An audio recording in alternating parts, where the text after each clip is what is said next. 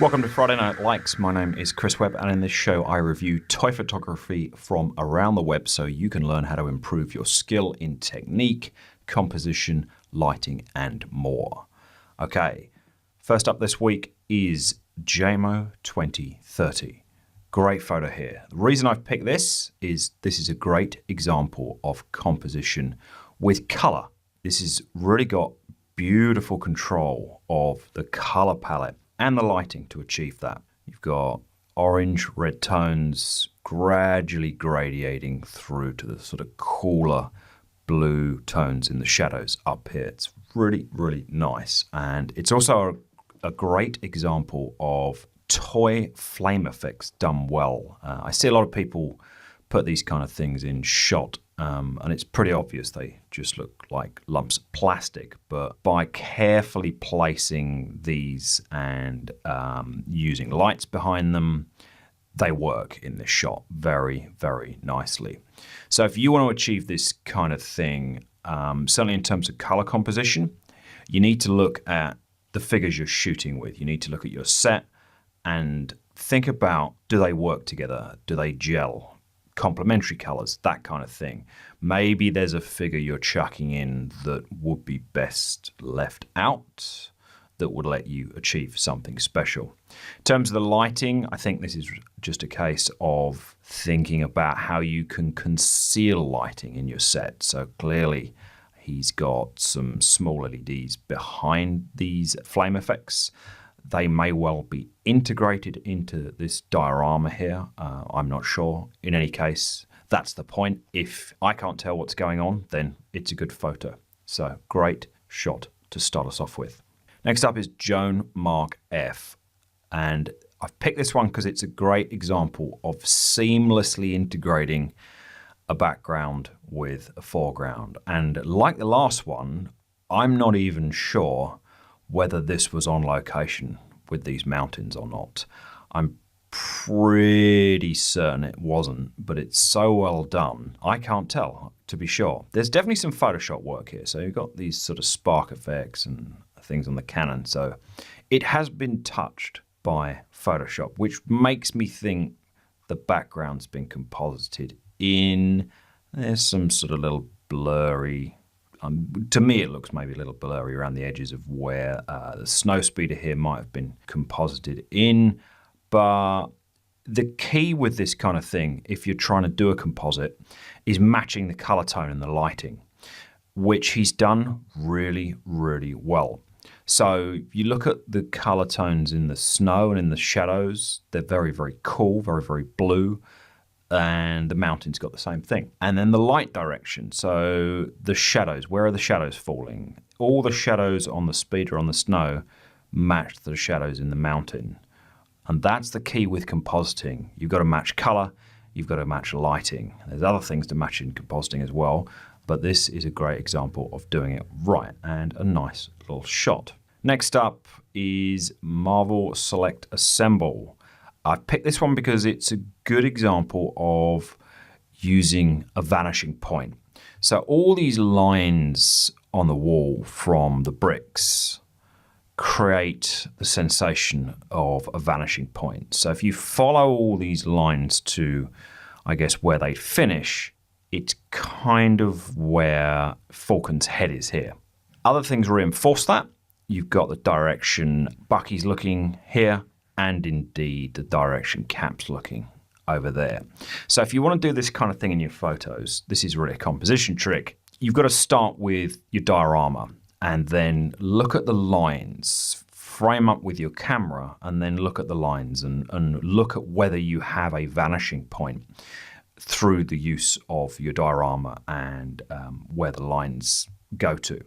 Then what you can do to really put your photography into the stratosphere is line up your figures on those vanishing points. So have things like arms and the direction of eye gazes look towards that vanishing point, and it makes for absolutely spectacular photos. So little composition trick there to go along with this shot.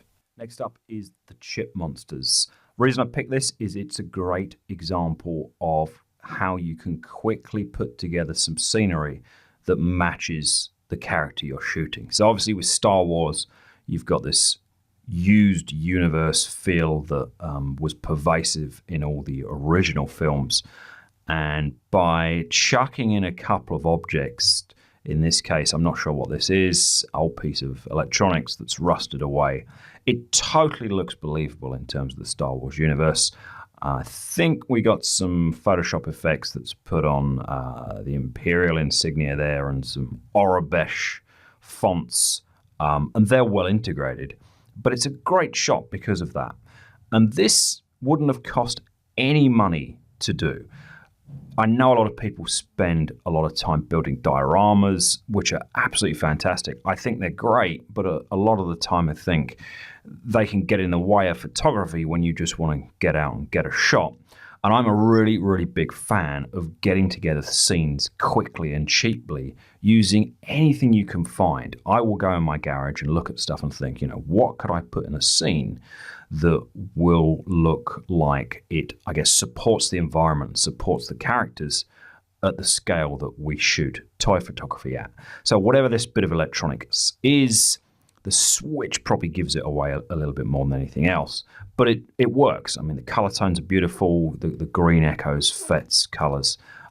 Really, really nicely done. So as I say, if you want to do this kind of thing, get down to thrift shops, junkyards, dollar shops. These are photographers' gold mines in terms of finding things like this. So you can put together shots like this very, very cheaply. Last one for this week is by Wookie Milk here. Shot of the Science Bros. I don't even know where to start with this. I mean, the thing about this is this table.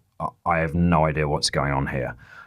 I actually searched the web for this thing because these are Hot Toys figures, and I was thinking, was this some set that they sold for Iron Man? I couldn't find it. Maybe it is. But if it's not, the construction of this is amazing. Is it Photoshop? I don't know. This is what I like. When I find photos where I'm thinking, how on earth was this put together? Because it's very, very good. Wookie Milk has got another shot of Stark with this headgear on, which is the same kind of thing.